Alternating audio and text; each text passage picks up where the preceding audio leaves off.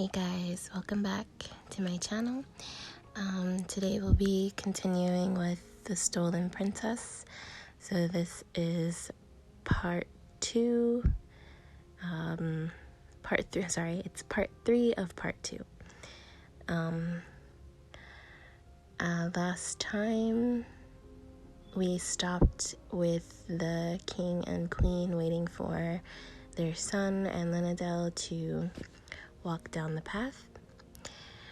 And let's begin. But Lynadel turned a troubled face to her love, and she opened her mouth to speak, but could not think what she must say, and took instead several panting breaths that hurt her.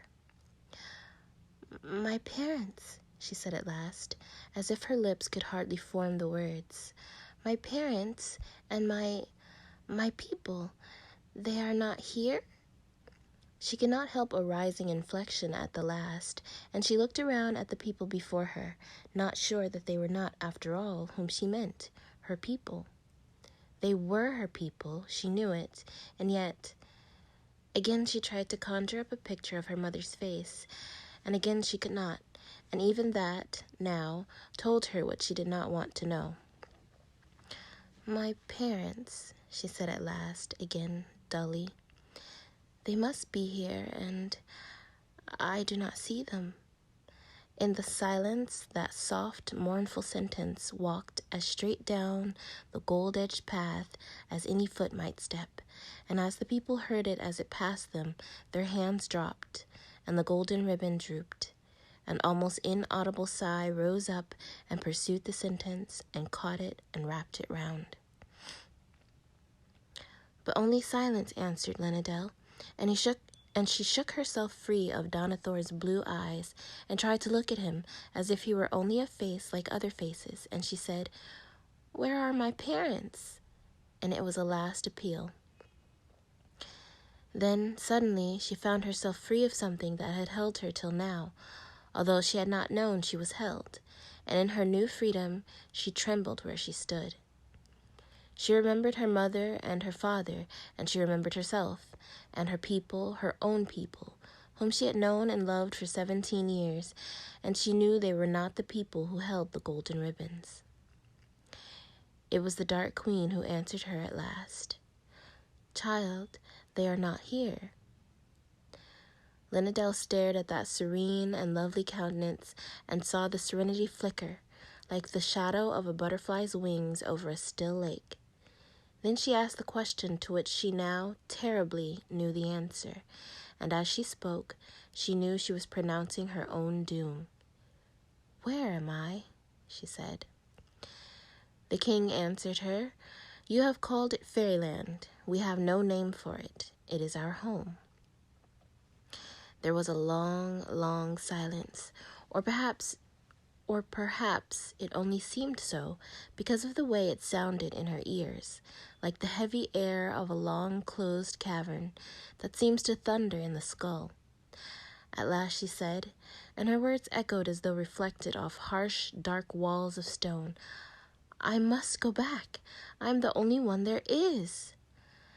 And as she said, "only one there is," she felt them all move away from her, as if she were a thief, and another sigh passed over the crowd, but this one was like the rising wind before a storm, moaning and uneasy, and warning of things to come.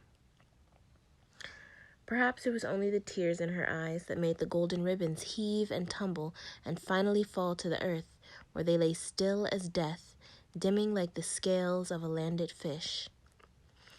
She did not know for certain, because she turned away as they fell the last way from the hands that had proudly held them high so short a time before, and she put one foot out and lowered it again until it touched the ground, then the other foot.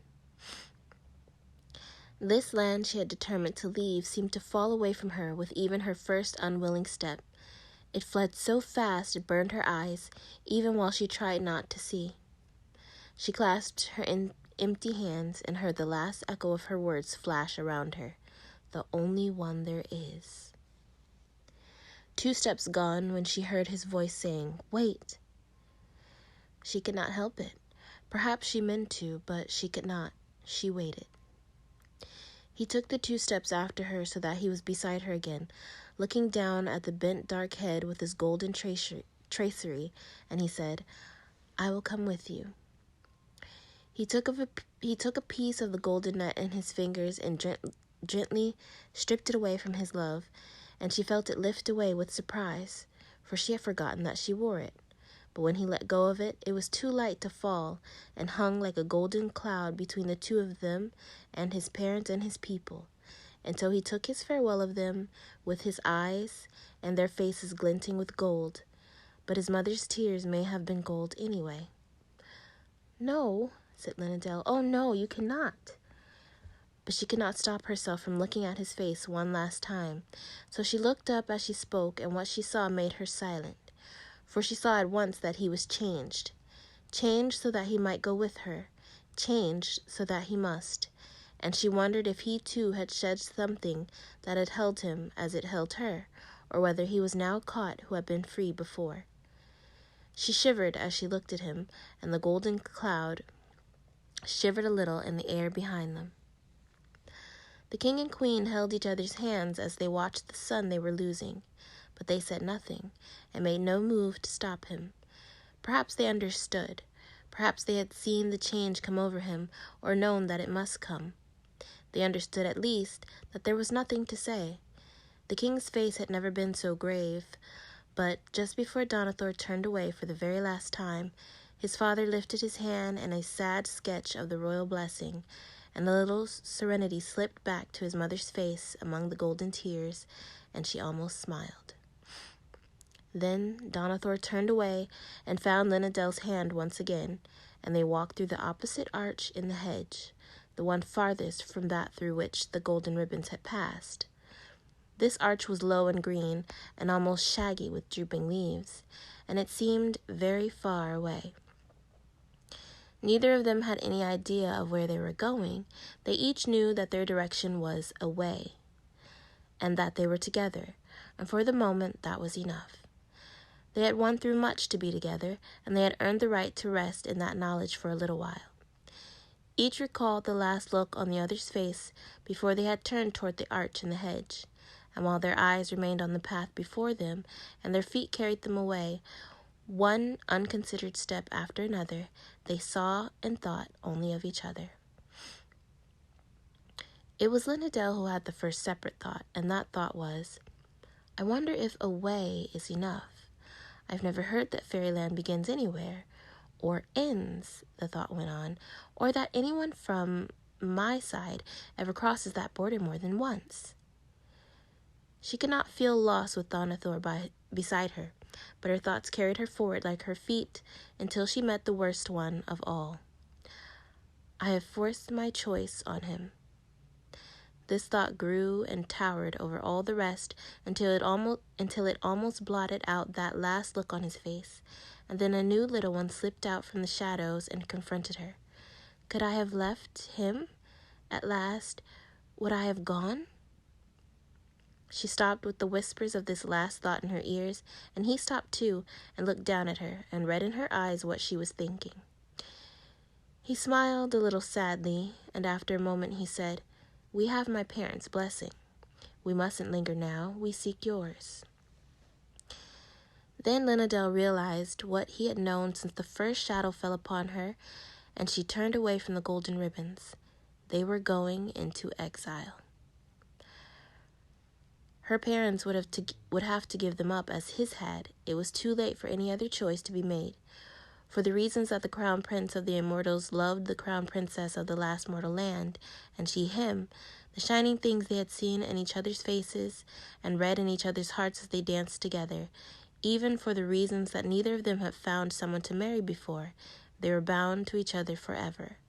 That was done, past, and thus, when she remembered that she belonged to a world other than his, he could no longer belong fully to his own, and no one can belong to 2 worlds.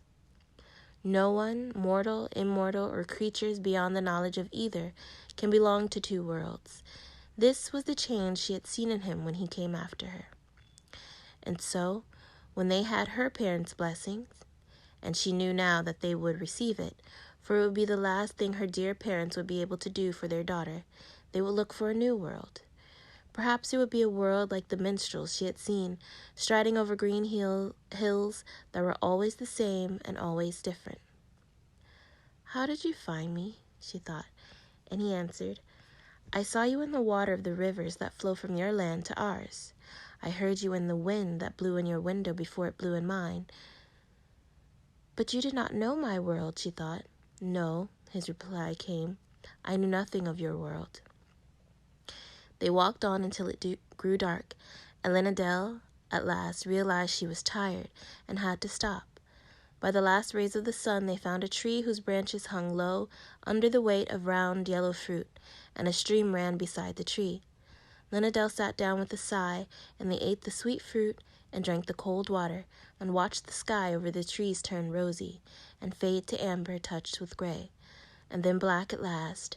And when Lynadel turned her head, she could see his profile against the dark trees only because she could remember how it went. She fell asleep sitting up, while he, not accustomed to sleep or the need for it, thought about how he had lived till now, and what would come to him next, and how Lynadel had always been a part of everything. Her head nodded forward, and he caught her in his arms as she crumpled to the grass. And we'll stop here. This story is a little, I don't know, it's interesting. They fell in love really fast. So, that's kind of weird. But, I think it's pretty interesting so far. I do want to keep reading it. I don't know really if I'm getting that many views on this book, but whatever. I like to read, so this is fun. I didn't post a video on Monday. I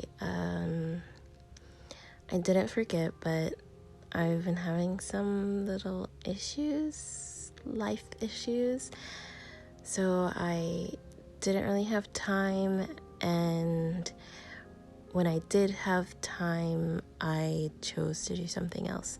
So, sorry about that if anyone was waiting for this next section, but here it is.